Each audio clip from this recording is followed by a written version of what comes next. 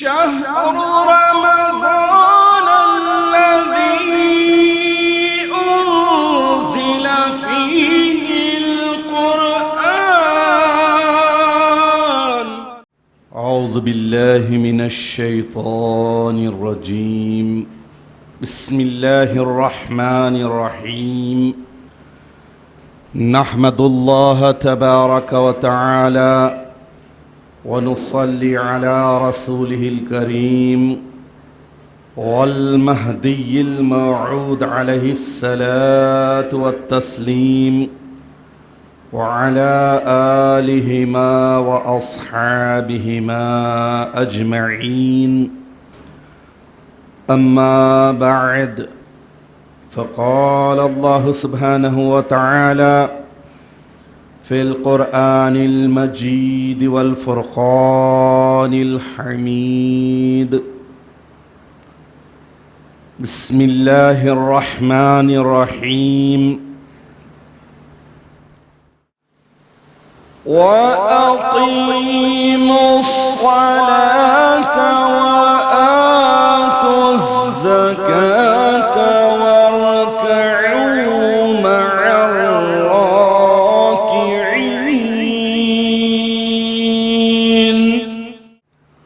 صدق اللہ العظیم.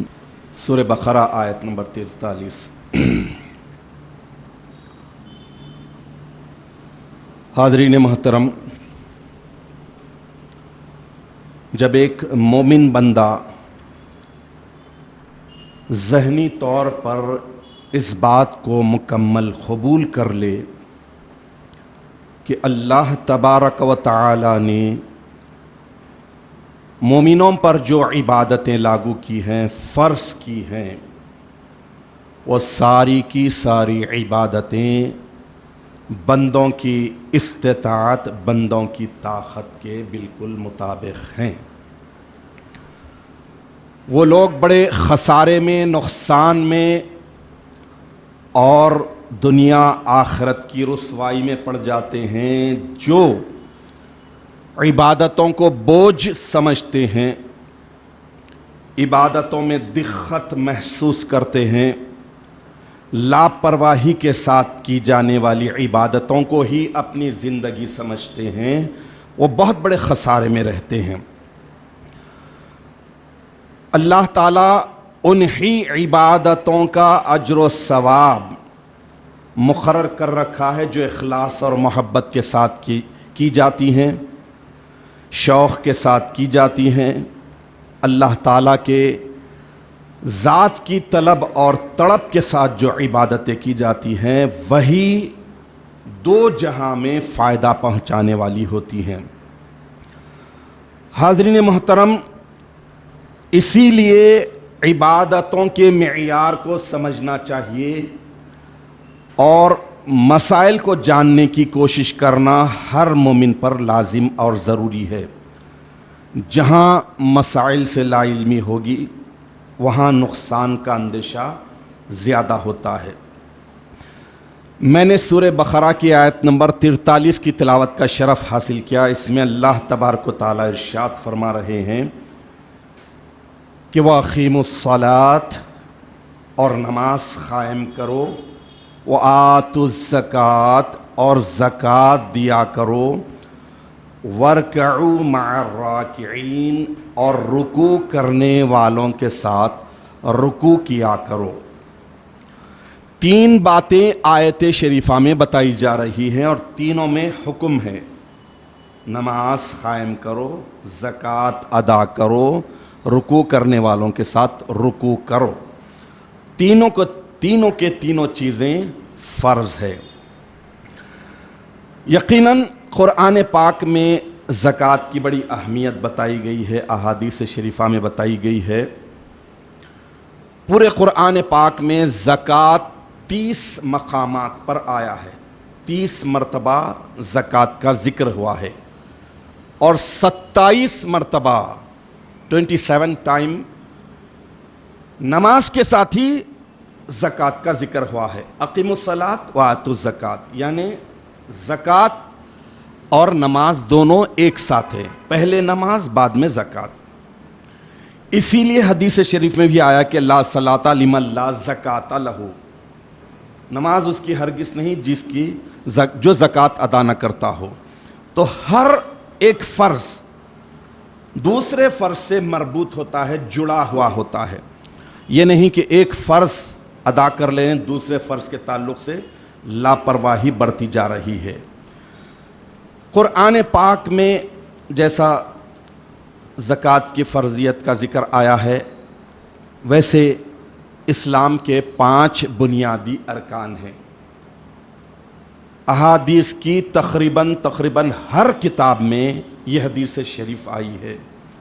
صحاح ستہ یعنی 6 صحیح احادیث کی کتب کے علاوہ تقریباً ہر کتاب میں یہ حدیث آئی ہے۔ حضرت عبداللہ ابن عمر رضی اللہ تعالیٰ عنہ سے مروی ہے، وہ کہتے ہیں کہ قال رسول اللہ صلی اللہ علیہ وسلم کہ حضور اکرم نبی مکرم صلی اللہ تعالیٰ علیہ وسلم ارشاد فرماتے ہیں کہ بنی الاسلام علی 50، اسلام کی بنیاد، اسلام کی عمارت 5 ستونوں پر، 5 پلروں پر ٹکی ہوئی ہے۔ شہادت اللہ الہ الا اللہ و ان محمدن رسول اللہ، پہلی بنیادی بات ہے، اہم پلر ہے، وہ ہے گواہی دینا اللہ کی وحدانیت اور رسول اللہ صلی اللہ تعالیٰ علیہ وسلم کی رسالت کی۔ دوسرا ہے وہ اقام الصلاۃ، نماز قائم کرنا۔ تیسرا ہے وہ ایتاء الزکاۃ، زکوٰۃ ادا کرنا۔ چوتھا ہے والحج، چوتھا مناسک حج، اور 5واں وصوم رمضان، رمضان المبارک کے فرض روزے۔ تو یہ زکوٰۃ دین اسلام کا تیسرا اہم ترین رکن اور پلر ہے۔ زکوٰۃ کے لغت میں ڈکشنری میں جو معنی آئے ہیں، پاکیزگی، پیوریفیکیشن اور نشو نما، گروتھ پانا، نشو نما پانا، بڑھنا، اضافہ ہونا، برکت حاصل کرنا، انکریمنٹ۔ اسی وجہ سے اللہ تبارک و تعالیٰ نے زکوٰۃ کی اہمیت اور فرضیت کو ملحوظ رکھتے ہوئے نماز کے ساتھ ہی زکوٰۃ کا ذکر کیا ہے۔ یہ تو لغوی معنی ہوئے۔ اصطلاح شرع شریف میں زکوٰۃ کسے کہتے ہیں؟ وہ مال جو نصاب کی حد کو پہنچ چکا ہو، شریعت کی طرف سے زکوٰۃ کے مال کے ایک مقررہ حصے کا کسی فقیر کو، کسی نادار کو، کسی مسکین کو مالک بنا دینا، مالک قرار دینا، اسے زکوٰۃ کہتے ہیں۔ اور زکوٰۃ 2.5% ہے، صرف 2.5%۔ رد مختار میں ہے کہ زکوٰۃ لغت میں پاک ہونے اور بڑھنے کو کہتے ہیں، اور شرعاً کسی مستحق و نادار کو مال کے اس حصے کا مالک بنا دینا جسے شارع علیہ الصلاۃ والسلام نے مقرر فرمایا ہے۔ حاضرین محترم، رمضان المبارک کے فرض روزے بھی 2 ہجری کو فرض ہوئے ہیں، لیکن رمضان المبارک کے روزے کی فرضیت سے پہلے ہی زکوٰۃ کی فرضیت کا حکم نازل ہو چکا تھا، یعنی زکوٰۃ کی فرضیت بھی 2 ہجری میں ہی ہوئی ہے۔ زکوٰۃ کے لغوی و اصطلاحی معنی کے حساب سے زکوٰۃ ادا کرنے سے مال میں اضافہ ہوتا ہے، بڑھوتی ہوتی ہے، پیوریفیکیشن آتا ہے، گروتھ بڑھتی ہے اور انکریمنٹ ملتا ہے۔ مال کے پاک ہونے کے ساتھ ساتھ انسانی نفس بھی پاک اور صاف ہوتا ہے۔ نجاست جو گناہوں کی دل پر بیٹھنے پاتی ہے، زکوٰۃ کی ادائیگی کی وجہ سے اللہ تبارک و تعالیٰ اخلاص و محبت کے ساتھ زکوٰۃ نکالنے کی وجہ سے دل کو بھی پاک، صاف اور شفاف بنا دیتے ہیں۔ زکوٰۃ کی فرضیت کی بنیادی وجوہات میں سے ایک وجہ یہ بھی ہے کہ ایک مومن بندے کے دل میں مال و دولت کی محبت رچنے بسنے نہ پائے، بلکہ مال کے مالک حقیقی کی محبت اس پر ہمیشہ غالب رہے، اس کے دل میں بسی ہوئی رہے۔ حرص، لالچ، ہوس یہ ایسی روحانی بیماریاں ہیں اور بخالت بھی، جس کی وجہ سے انسان کی دنیا آخرت دونوں برباد ہوتے ہیں۔ اور اللہ تبارک و تعالی مالی عبادت جو فرض فرمائے ہیں بطور خاص، زکوٰۃ اور عشر، اس کی وجہ سے ایک مومن بندے کے دل سے یہ ساری روحانی بیماریاں ختم ہو جاتی ہیں، حرص کی، ہوس کی، لالچ کی، بخالت اور کنجوسی جیسی۔ یہ اخلاقی خرابیوں سے ایک مومن بندہ اسی وقت پاک ہوتا ہے جبکہ مالی عبادت بھی پورے اخلاص کے ساتھ، کمال شوق اور محبت کے ساتھ کرتا ہو۔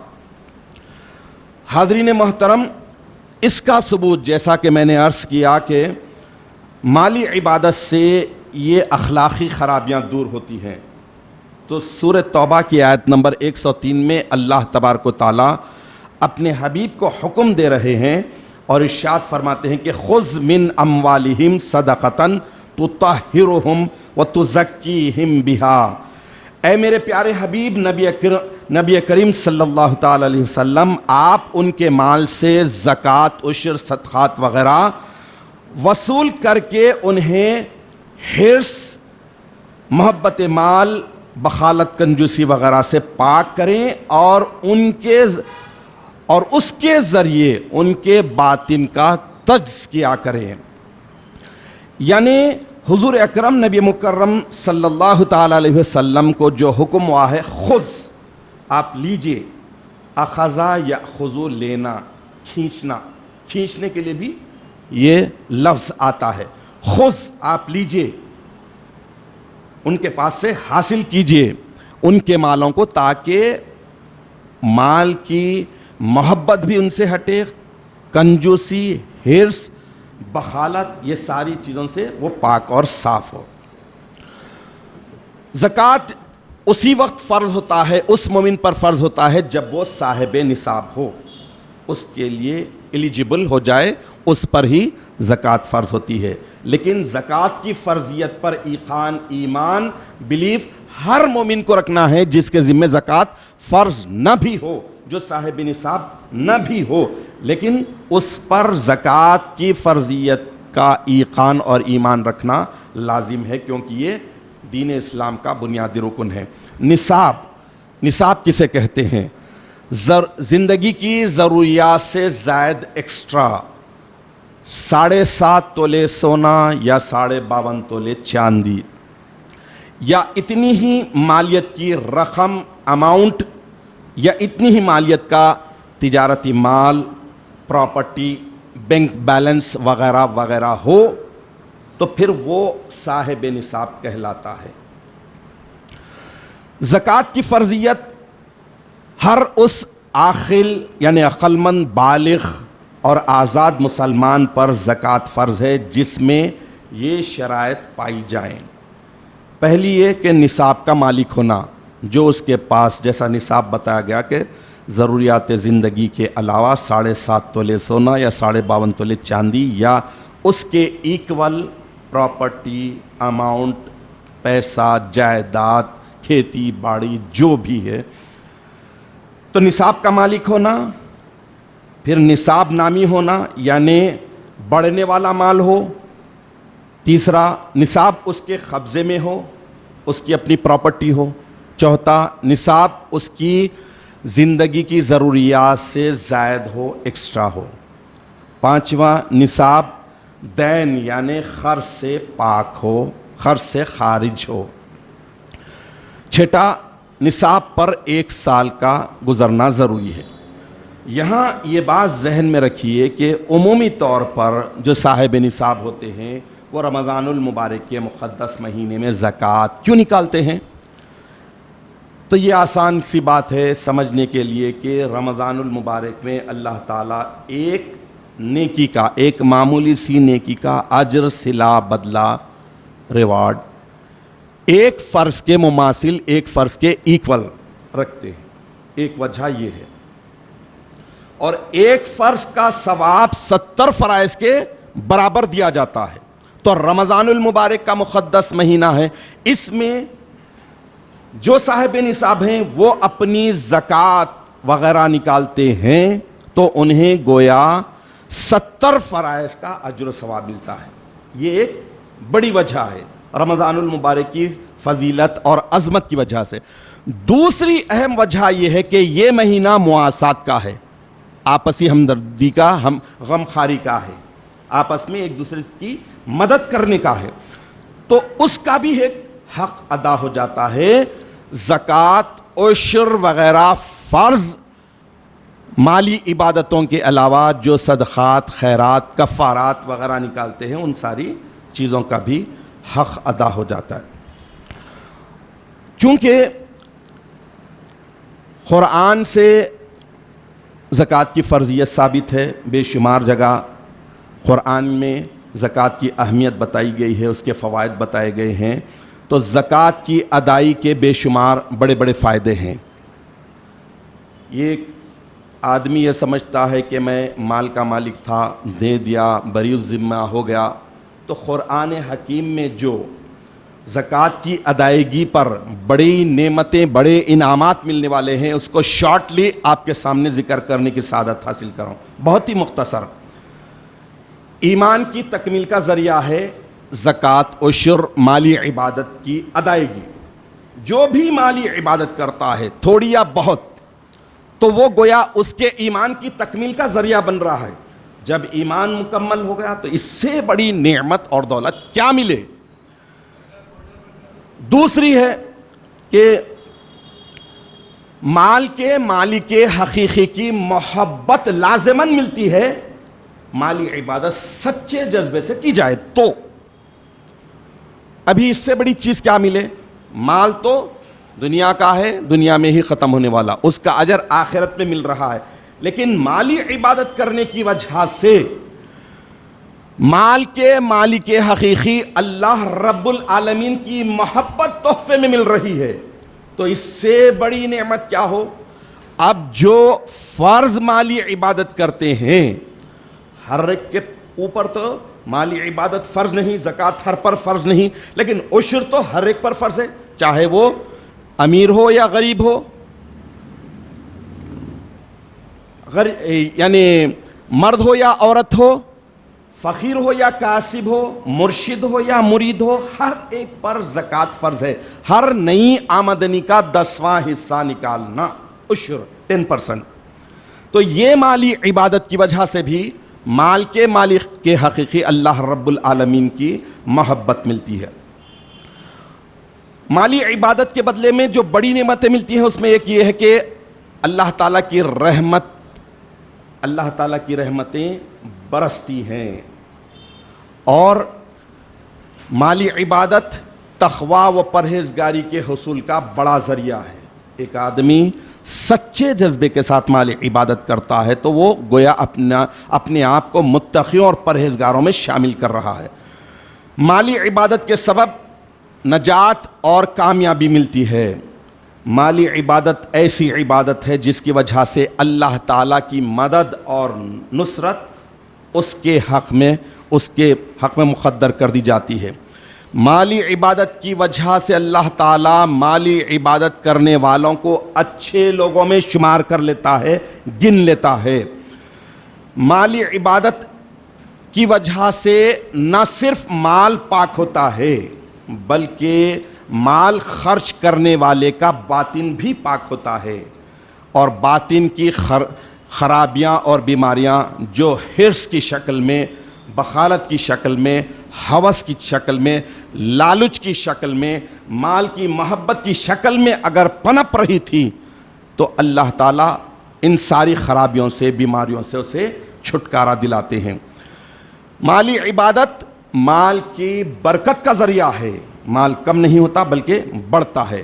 مالی عبادت کی وجہ سے مال ہر طرح کے شر سے، خراب ہونے سے محفوظ ہو جاتا ہے۔ مالی عبادت ایسی ہے کہ اس کی وجہ سے مال کی خود بخود حفاظت کے اسباب مسبب یعنی اللہ تعالیٰ کر دیتے ہیں، اور مالی عبادت ایسی ہے جس کی وجہ سے حاجت روائی ہوتی ہے، یعنی مستحقوں، محتاجوں، ناداروں، مسکینوں کا حق ادا ہوتا ہے۔ اور یہ کہ مالی عبادت ایک ایسی بڑی عبادت ہے، اس کی وجہ سے انجانے طور پر اتنی بڑی بڑی دعائیں مل جاتی ہیں جو اس کے مقدر کو بدل دیتی ہیں، اس کی دنیا کو بدلنے کا ذریعہ بن جاتی ہے۔ یہ قرآنی آیات کا لب لباب تھا، ایک چند نمونے کے طور پر میں نے آپ کے سامنے رکھا ہے۔ اللہ تعالیٰ جیسا کہ قرآن پاک میں بھی بتاتا ہے کہ مال بڑا فتنہ ہے، سب سے بڑا، جیسا حضور اکرم نبی مکرم صلی اللہ تعالیٰ علیہ وسلم بھی ارشاد فرمائے کہ میرے بعد مجھے اس بات کا ڈر خوف نہیں کہ میری امت شرک میں، بدعت میں، گناہوں میں اور چیزوں میں پڑ جائے گی، مجھے اس کا ڈر نہیں، بلکہ مجھے میرے بعد اس بات کا ڈر ہے کہ یہ لوگ مال و دولت کی محبت میں گرفتار نہ ہو جائے، دنیا کی محبت میں گرفتار نہ ہو جائے، دنیا کے مال و متاع کی محبت میں۔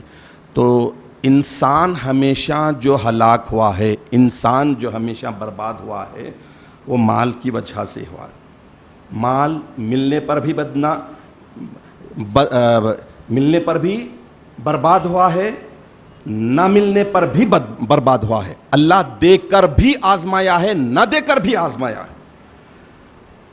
اور سب سے بڑی بات یہ ہے کہ ملنے پر بہت زیادہ برباد ہوا ہے، اس کا یوز نہیں کیا، مس یوز کیا۔ تو زکوٰۃ، عشر وغیرہ ایسے فرائض ہیں، مالی ایسی عبادتیں ہیں، اسے چھوڑ دیتے ہیں، ترک کر دیتے ہیں، ادا نہیں کرتے ہیں تو 8 طرح کے نقصانات، بھاری نقصانات کا سامنا کرنا پڑے گا۔ جو مالی عبادت نہیں کرتے ہیں، 8 بڑے بڑے دنیا آخرت کے بڑے بڑے نقصانات سے دوچار ہونا پڑے گا۔ سب سے پہلے یہ کہ تمام فوائد سے جو قرآنی بیان کی گئی ہیں، مال میں بڑھوتری، برکت کا ذریعہ، اللہ کی محبت وغیرہ وغیرہ، جو قرآنی صفات بتائی گئی ہیں، ان سارے فوائد سے محروم، یکسر محروم کر دیا جاتا جو مالی عبادت نہیں کرتا۔ دوسرا، سب سے بڑی بیماری میں لگ جاتا کنجوسی، بخالت۔ ارے میں خرچ کروں، میں خرچ کروں کیا، ابھی رہنے دو، دیکھا جائے گا، ابھی بہت سارے ہیں، میں دوں کیا، تو کنجوسی میں مبتلا ہو جاتا۔ پھر اس کے بعد جو مالی عبادت نہیں کرتا وہ سب سے بڑے نقصان میں پڑ جاتا ہے کہ مال کی بربادی ہو جاتی ہے، اس کا مال برباد ہو جاتا ہے۔ اور ایک چوتھا یہ کہ اجتماعی نقصانات میں مبتلا ہو جاتا ہے۔ پانچواں یہ کہ ترک کرنے پر لعنت ملامت میں آتا، اللہ کی، اللہ کے ملائکہ سب کی لعنت میں آ جاتا ہے۔ چھٹا، مال وبال جان بن جاتا ہے قیامت کے دن۔ شیخ آئے جو محشر میں تو مال نہ دارت، شیخ جو آئے محشر میں تو مال نہ دارت، جس مال کے تاجر تھے وہی مال نہ دارت۔ تو جو مال کو پوچھتے رہے، جو مال کے پرستار تھے، وہی قیامت کے دن وبال جان بن جائے گا۔ ساتواں ہے حساب کتاب میں سختی ہوگی۔ یہ کوئی معمولی نقصانات نہیں ہے، حساب اور کتاب میں اللہ تعالیٰ سختی کے ساتھ پیش آئیں گے۔ آٹھواں ہے سب سے بڑا نقصان، مال اور مال کی محبت میں پڑھ کر مالی عبادت نہ کرنے کا سب سے بڑا نقصان، عذاب جہنم میں ہمیشہ ہمیشہ کے لیے جلنا پڑے گا۔ حاضرین محترم، مالی عبادت نہ کرنے کی نحوست کیا ہوتی ہے، اس کے لیے ایک حدیث شریف ابو داؤد حدیث نمبر 1558 1558 حضرت عمرو بن عاص رضی اللہ تعالیٰ عنہ سے مروی ہے کہ ایک مرتبہ ایک عورت اپنی لڑکی کو لے کر حضور اکرم نبی مکرم صلی اللہ تعالیٰ علیہ وسلم کی خدمت اقدس میں حاضر ہوئی۔ اس لڑکی کے ہاتھ میں 2 موٹے اور بھاری کنگن تھے، سونے کے کنگن تھے۔ حضور اکرم نبی مکرم صلی اللہ تعالیٰ علیہ وسلم ارشاد فرمائے کہ اے لڑکی، کیا تم ان کنگنوں کی زکوٰۃ نکالتے ہو؟ تو اس نے عرض کیا کہ یا رسول اللہ نہیں میں زکوٰۃ نہیں نکالتی۔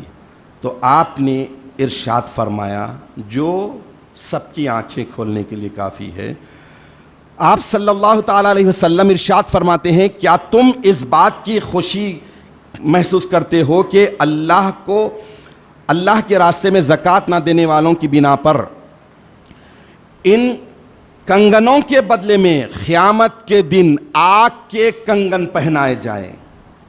کیا تم اس بات کی خوشی محسوس کرو گے؟ عذاب کی وعید یہ سننا تھا کہ اس لڑکی نے وہ دونوں کنگر اتار دیے اور حضور اکرم نبی مکرم صلی اللہ تعالیٰ علیہ وسلم کو دے دیا۔ تو حضور اکرم صلی اللہ تعالیٰ علیہ وسلم لے لیے۔ اس لڑکی نے کہا کہ یہ اللہ اور اس کے رسول کے لیے ہے۔ تو اللہ کی رضا کے لیے، اللہ کی خوشنودی کے لیے جبی کے جبی وہ کنگن نکال کے اتار کے صدقہ کر دیے۔ تو زکوٰۃ نہ دینے والوں کے تعلق سے بے شمار وعید ہے، بے شمار قصے ہیں، لیکن یہ بھی ذہن میں رہے کہ جو بھی مالی عبادت کرتے ہیں، میں آپ جو بھی کریں، زکوٰۃ جو صاحب نصاب ہیں انہی پر فرض ہے۔ زکوٰۃ صرف لمیٹڈ لوگوں پر فرض ہوتی ہے، لیکن عشر بھی فرض ہے، یہ تو ہر ایک پر فرض ہے، چاہے وہ چھوٹا ہو یا بڑا ہو، امیر ہو یا غریب ہو، مرشد ہو یا مرید ہو، کاسب ہو یا فقیر، ہر ایک پر فرض ہے۔ لیکن فرض یہ عبادتیں بجا لانے والے اگر یہ سمجھتے ہیں کہ ہم کسی پر احسان کیے ہیں تو یہ بہت بڑا گھمنڈ ہے، یہ بہت بڑا ظلم ہے۔ ناداروں کو، حقداروں کو، مسکینوں کو ان کا حق دینا یہ شریعت نے مقرر کیا ہے، ان پر کوئی احسان نہیں ہے۔ اسلام کی روح سے زکوٰۃ ادا کر کے مالدار ایک مفلس نادار پر احسان نہیں کرتا، بلکہ وہ اس حقدار کو جو اللہ تعالیٰ نے اس کے پاس اس کے حصے کا حق رکھا ہے وہ پہنچا رہا ہے۔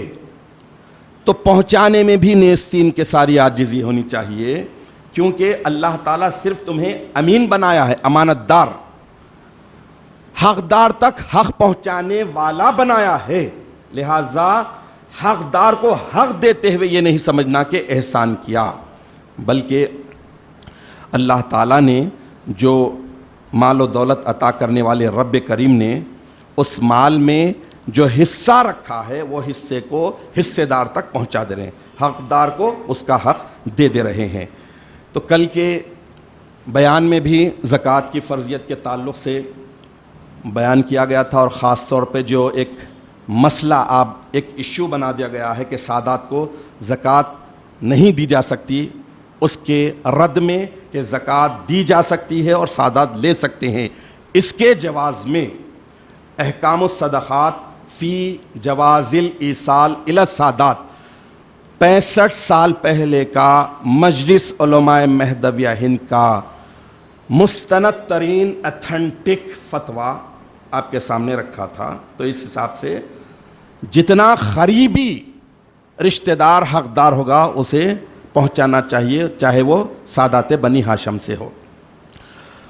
اور ایک بات جو مالی عبادت ادا کرتے ہیں، قرآن عظیم اسے خرچ کہہ رہا ہے، اللہ تبارک و تعالیٰ اسے خرچ کہہ رہے ہیں، یعنی جو بھی مالی عبادت کر رہا ہے وہ اللہ کو خرچ دے رہا ہے۔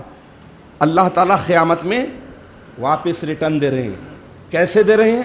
سنیے، سورہ حدید آیت نمبر 11، منزل الذی یقرض اللہ قرضا حسنا فیضاعفہ لہ ولہ اجر کریم، یعنی کون ہے جو اللہ کو نیک اور خلوص سے قرض دے تو وہ اس سے دگنا ڈبل کرے اور اس کے لیے عزت کا صلہ ہے۔ تو اب اس حساب سے ایک بات یہ بھی ذہن میں رکھیے کہ رسول اللہ اور مہدی مراد اللہ خاتمین کریمین کبھی بھی زندگی میں صاحب نصاب نہ ہونے کی وجہ سے زکوٰۃ نہیں دیے، بلکہ اللہ کے نبی کا یہ ارشاد مبارک ہے کہ نحنو معاشر الانبیاء لا نرث ولا نورث، ہم انبیاء کے طبقے سے ہیں، نہ ہم کسی کے وارث ہیں، نہ ہم کسی کو حصے میں کچھ چھوڑ جاتے ہیں۔ تو اس حساب سے اگر مالی عبادت کے تعلق سے امامنا و سیدنا مہدی موعود علیہ السلام کا ایک فرمان بھی ہم پیش نظر رکھیں مشہور ایک سطر کا، تو مال کے نقصانات، بڑے بڑے نقصانات سے ہم بچ سکتے ہیں۔ مومن ذخیرہ نمی کند، مومن جو ہوتا ہے سچا اور پکا، وہ کبھی بھی سٹاک کر کے ذخیرہ کر کے کسی بھی چیز کا نہیں رکھتا، وہ چاہے مال و دولت ہی کیوں نہ ہو۔ تو اس حساب سے یہ رمضان المبارک کا مقدس مہینہ، اس مقدس مہینے کی ساری عبادتیں مومن بندے کو متقی اور پرہیزگار بنانے والی ہے، پاکیزہ، نیٹ اینڈ کلین کرنے والی ہے۔ تو اس مقدس مہینے میں کی جانے والی ہر عبادت کے کرتے ہوئے ہمارا سچا اور پکا جذبہ یہ ہو کہ اللہ رب العالمین ہمارا شمار متقیوں میں کرے، پرہیزگاروں میں کرے، ایسی عبادتوں سے سرفراز کرے، ایسی عبادتوں کے سچے جذبے سے سرفراز کرے جو ہمیں متقی بنانے والے ہیں، اور تقوی میں رکاوٹ بننے والے ساری خرابیوں سے، بیماریوں سے ہمیں بچے رہنے کی توفیق عطا فرمائے۔ آمین یا رب العالمین۔ وآخر دعوانا ان الحمد للہ رب العالمین۔